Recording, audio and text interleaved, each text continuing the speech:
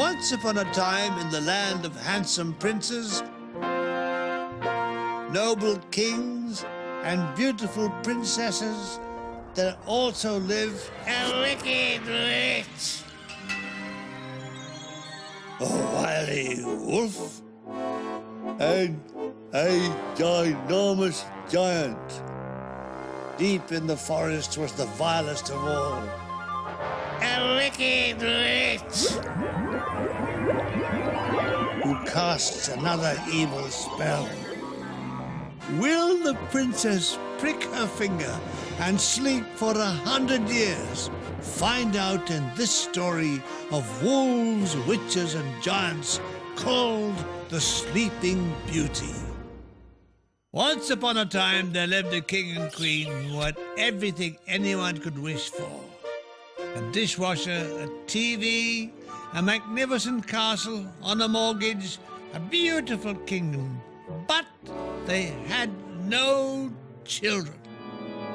At last, however, the queen gave birth to a baby daughter, and the king decided to hold a splendid christening party to celebrate.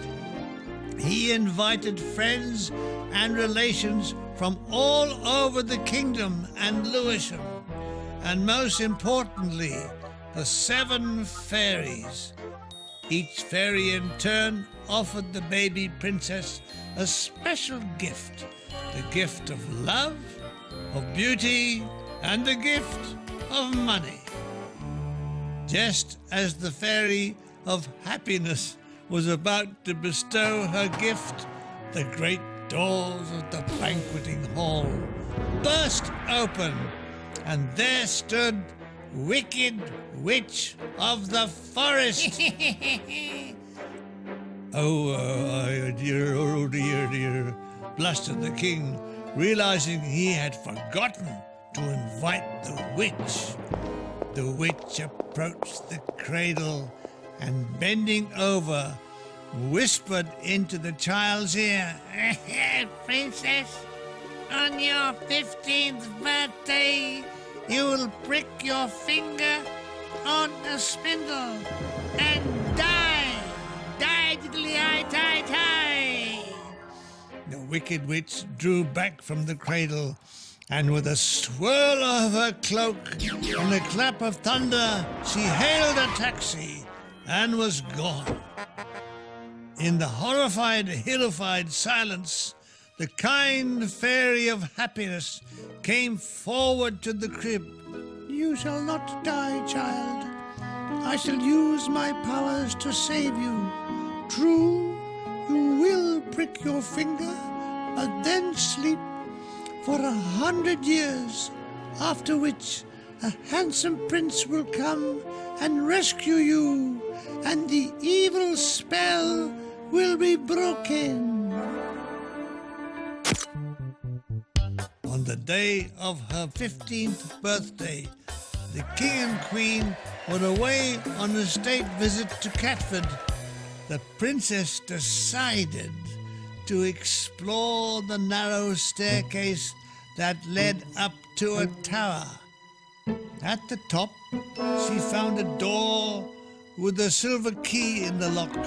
As she turned it in the door, it sprang open, and there was an old lady. "What are you doing, old lady?" "I'm spinning, child. Have you never seen a spinning wheel before?" "No, never. May I have a try, please?" No sooner had she taken the spindle when, guess what? She felt a sharp prick on the tip of her finger and instantly fell down lifeless on the stone floor. Cackled the witch as her prophecy was realized. The king and queen were horrified and hillified when they heard the news of the princess.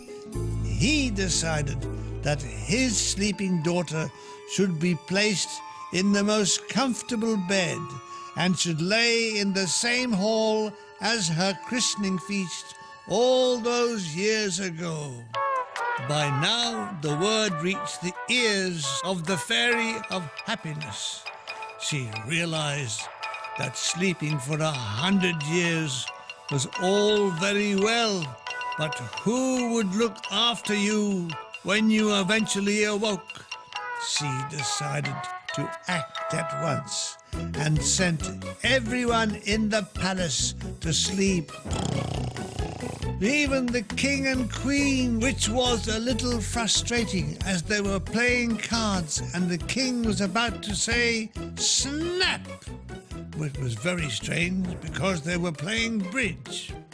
Horses fell asleep in their stables. The cook fell forward into a huge bowl of porridge. The cat, about to pounce on a mouse, froze in midair. Chambermaids slumped on their beds, soldiers at their post, as the last embers in the kitchen fireplace blew out, leaving an eerie silence. Starting as weeds in the cracked pavements, plants grew unchecked into huge vines and creepers, completely covering the palace. Outside in the grounds, the little saplings turned into thickets and forests, and around the edge of the forest there sprang up a large city. It was only when a passing prince disturbed an old man snoozing by the road that our story begins to resolve. Deep in the forest, there is a palace. The prince, armed with a sharp sword and a pair of secateurs, began cutting his way towards the palace. The witch had set traps to stop young men reaching the sleeping beauty, but the prince was equal to all of them. The prince succeeded in reaching the palace. He marveled at the cobwebbed animals and people, all asleep and covered in dust and porridge. Here was the king and queen with their playing cards, the cat ready to pounce on the mouse. But there, oh baby, on a bed in the middle of the hall was the beautiful, luscious, sleeping princess. Gently he walked up to her and kissed her, and to his delight she opened her eyes and smiled at him. At that very moment life returned as if only a second had passed and not 100 years. "Snap!" said the king, reaching for his dusty cards.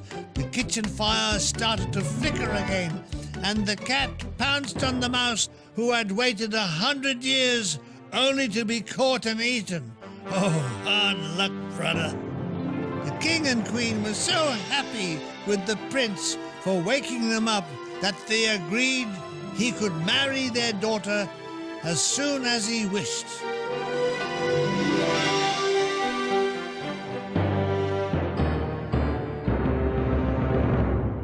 There's more wolves and more witches and more giants here next.